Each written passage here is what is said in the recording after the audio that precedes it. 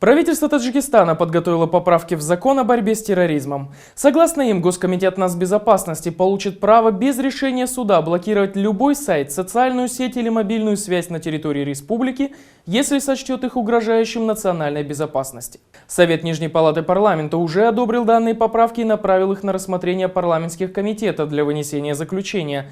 Если закон примут, силовые структуры получат право ограничивать доступ к электронной связи в зонах проведения контртеррористических операций. Причем ограничений по площади для таких зон не установлено. В случае надобности блокировать работу того или иного сайта можно будет на всей территории страны.